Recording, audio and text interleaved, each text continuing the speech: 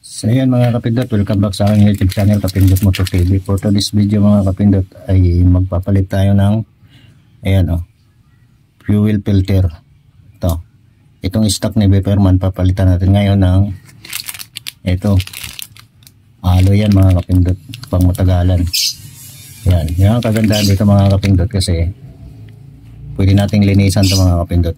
Itong cup nya yan. So buksan natin ito mga kapindot.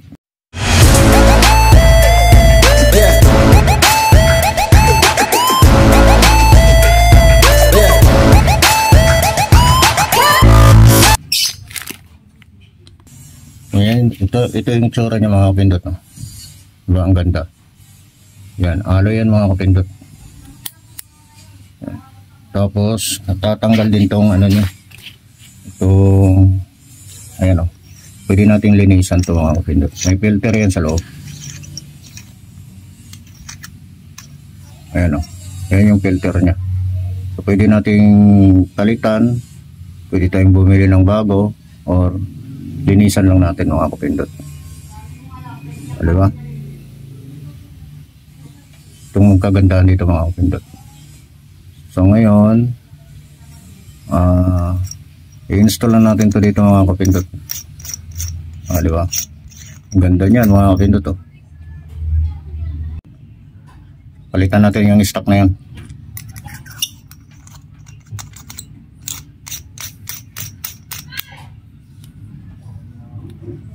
Yan tatagas mga kapindot, kasi may o-ring na to sa loob. Tanggalin natin ulit. Ayan Ayan, may o-ring yan sa loob, kaya hindi yan tatagas.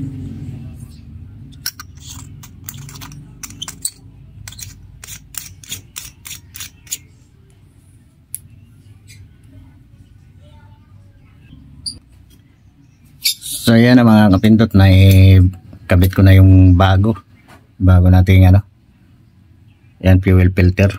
Ito siya, ito yung luma. Ito yung luma. Buksan natin, tingnan natin kung mabuksan to. Yata ito nabubuksan naka-sealed. Tingnan natin.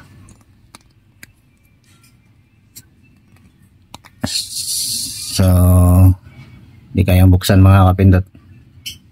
Ayan. Pero okay pa naman to, pero kasi gusto ko may filter din to sa loob. Ayan basta katagalan kasi lulutong to, kaya pinalitan ko. Although hindi naman siya naiinitan dyan, hindi naman siya na tinatamaan ng sikat ng araw, kaya hindi siya lumtong. Pero mas minabuti ko ng palitan ng ito. Yan, alloy. Pang matagalan na talaga yan mga kapindot. Diba? So pagka nagkabit kayo nito mga kapindot, make sure lang na ang laman ng tangke nyo, tanggalan nyo muna ng gasolina. Gaya ng ginawa ko, dami palang laman Yan tingnan nyo, 2 litro. Tapos yan pa sa pitsil. May natapon pa nga yan mga kapindot Ayan dami pang natapon. So yan, kaya pagka magkabit kayo niyan o magpalit kayo, tanggalin nyo muna or i-drain nyo muna lahat ng laman ng tangke nyo, para hindi masayang yung gasolina. Tapos pinatulan ko siya ng kaunti. Pinatulan ko siya, pero sa susunod palitan ko to ng bagong hose, fuel hose. Kasi medyo maganda namang hose na to, makapal yan yan, napakakapal yan. Gusto ko lang siya palitan ng kulay gray. Yan na yung forma niya mga kapindot. All goods na yan. Ibabalik ko na lang yung gasolina. Yan, ibabalik ko na lang yan. Yun daming laman. Wala nang problema yan mga kapindot. Yan. So diretsong-diretso na siya, kasi pinutulan ko. Pasobra pa nga yung putol ko. Sakto lang naman. Kunti lang naman ang ano. Pero wala namang problema yan mga kapindot kasi hindi naman maano yan dyan. Okay na yan. All goods na mga kapindot. Forma pa oh. Yan.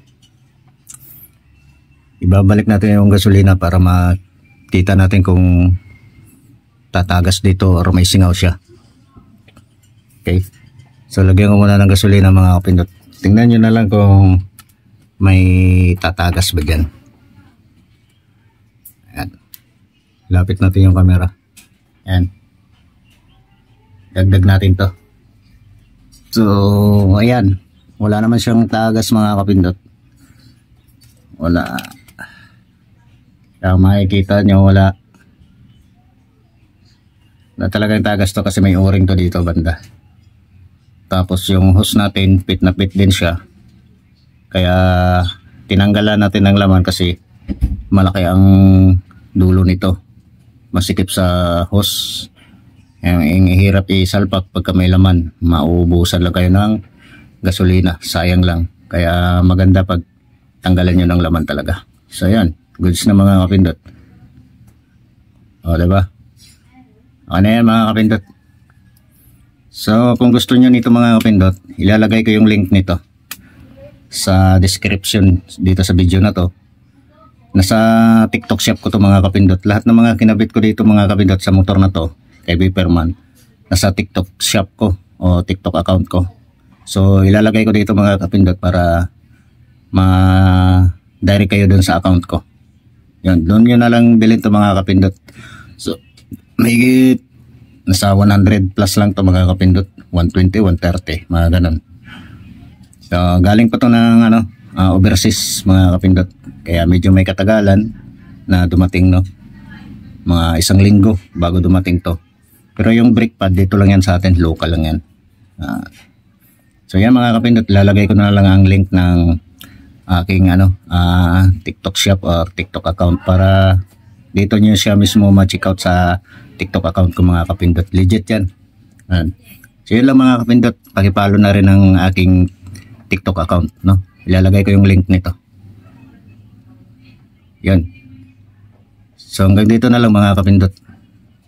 Peace out, paki-like, paki-share at pa-subscribe na rin ako mga kapindot kung di pa kayo nakapag-subscribe. Yan. Pakihit ang notification bell, i-bell all nyo para every time na may bago tayong upload na video, ma-notify kayong lahat. Maraming salamat mga kapindot. Peace out. Bye-bye.